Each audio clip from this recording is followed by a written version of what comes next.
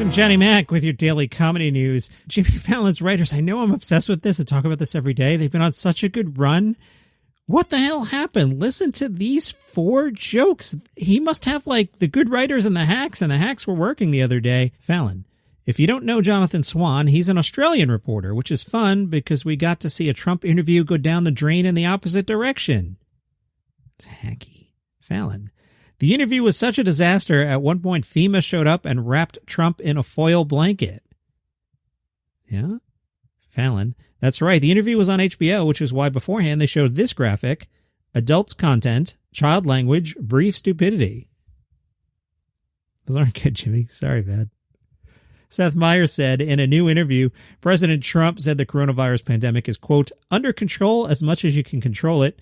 What? You're not controlling it at all. You're handling the pandemic the way parents handle a third child.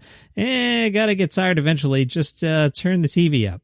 Seth, again, when asked in a new interview how history will remember late civil rights leader Congressman John Lewis, Trump said he did not know because he doesn't know John Lewis. I guess in the same way Republicans suddenly won't know Trump after November 4th.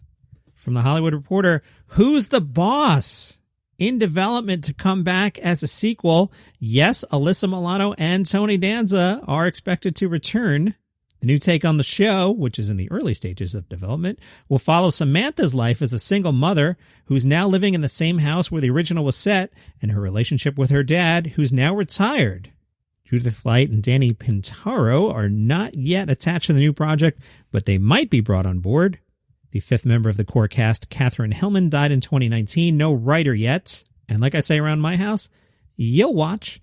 Now, yesterday I told you about Isaac Butterfield, the Australian comedian who offended some folks with a joke about the Christchurch shootings. In a YouTube video, Butterfield said, "It's a joke. It's not real. It's make-believe. I don't really feel like that, but that's what comedy is." Was the joke rude, horrible, offensive? Yes, and that's the point. Everybody knows what happened in Christchurch is horrible, but we laugh about horrible things all the time. It's how people deal with tragedy. I understand why you're offended, because I'm offended by it too. That's the point. I won't apologize for it. New Zealand Prime Minister Jacinda Ardern, who is rarely mentioned on Daily Comedy News, said, "No one in New Zealand would ever want to see anyone taking lightly something that had such an extraordinary impact on our Muslim community." The Moontower Comedy Festival had a punt on 2020. You know why?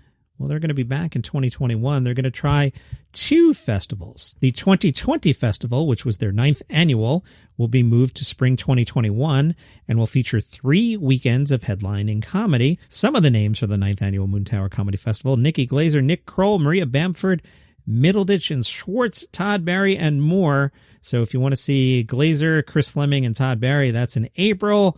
If you can wait till May, Ronnie Chang, Jackie Novak, and Joe List. And if you can wait till June, you can see Nick Kroll, Maria Bamford, and Roy Wood Jr. Oh, wait, but there's more. In the fall, Moontower will celebrate its 10th anniversary with an additional festival. That festival will follow their traditional 4-day format. No lineup yet on that, but there are dates: September 22nd through the 25th, 2021, just 13 months from now, and hopefully we can go to a show. From the Laugh Button, hey, Ren and Stimpy, not just a documentary, new episodes. Yeah, Comedy Central announced they're going to produce new episodes of the boundary-pushing cartoon. Sidebar, there's a move I totally stole from Conan O'Brien, and I just did it. It's when you read a headline and you go, yeah, the headline says this. That whole yeah thing, totally from Conan O'Brien. I'm aware I do it. I know where I got it from. Cop to it, and I like doing it. Yeah, Comedy Central has announced they're producing new episodes of the boundary-pushing cartoon. Let's hear from The Suit. The Suit, Chris McCarthy, says, "We are excited to reinvent this iconic franchise with a new creative team and our partners at the Nickelodeon Animation Studio." Boy, does that not excite fans, Chris McCarthy? Ren and Stimpy joins our rapidly expanding roster of adult animation, including South Park, Beavis and Butthead, and Clone High, as we continue to reimagine our treasure chest of beloved IP for new generations. Holy cow, what a suit. Oh my God, greedy suit. As we reimagine our treasure chest of beloved IP. What an executive. Oh my. And did you catch in there? We are going to reinvent this iconic franchise with a new creative team. So we'll see if the new episodes of Ren and Stimpy are any good.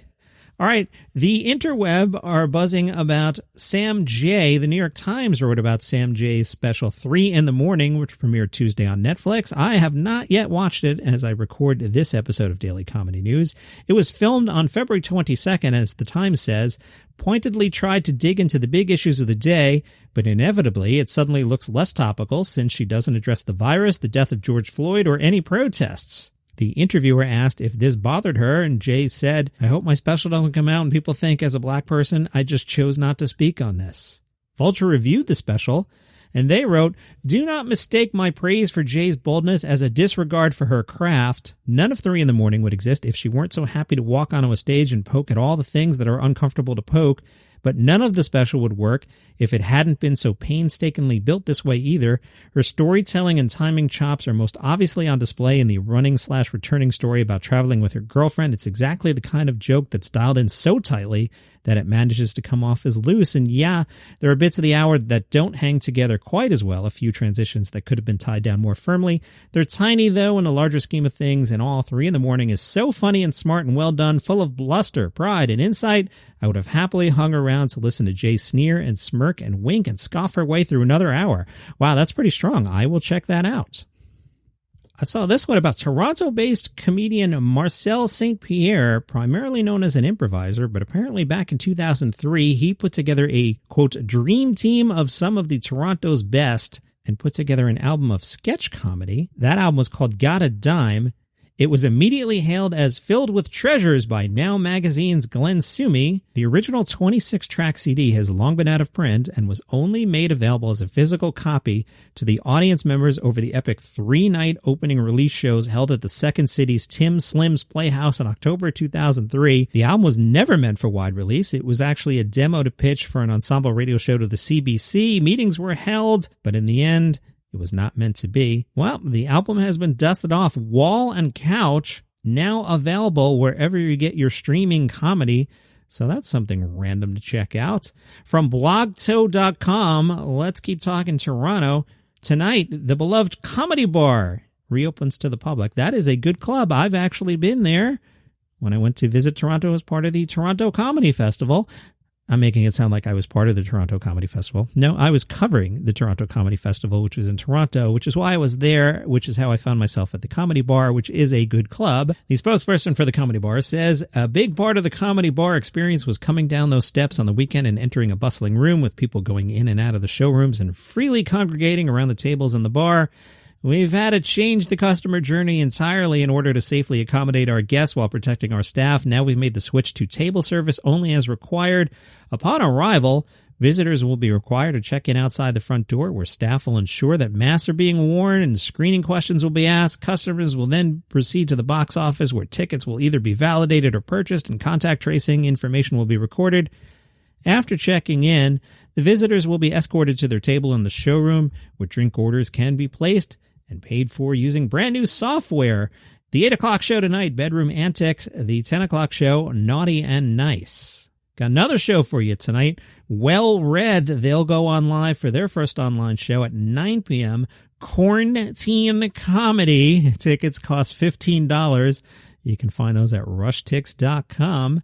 The Well-Read Guys talked to Knox News. Drew Morgan said there's something about comics where we have to be slightly less professional than everyone else. So in the past, that meant that we barely wore pants to our job and got drunk at work. And now that everybody's barely wearing pants on the job and getting drunk at work, we have to go a step further. Trey Crowder said, "I think this is the first time I've seen Drew on a Zoom call with a shirt on."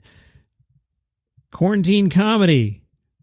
Can you smell the hack? Oh, did I say that out loud? And one more from myhorrynews.com.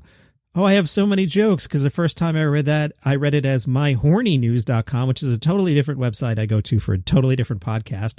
But now I'm realizing even myhorrynews.com sounds like it's for that other project that I work on that I'm going to tell you about. That's a joke. I think he's kidding. I don't think he does porn podcasts. Myhorrynews.com, HORRY news.com, tells us tonight is Whose Mask Is It Anyway? Yes, it's an improv comedy show for ages 13 plus. In this audience interactive improv comedy show, the performers create the show without a script. As we now live in a world of COVID chaos, let's turn chaos into comedy for an hour. MyHorryNews.com has the information. Apparently, the place is near Myrtle Beach, so if you're in that area, check it out. CarolinaImprov.com for some actual information. That is your comedy news for today. Subscribe on Apple or Google, follow on Spotify, and wow, that was a fun one today. See you tomorrow.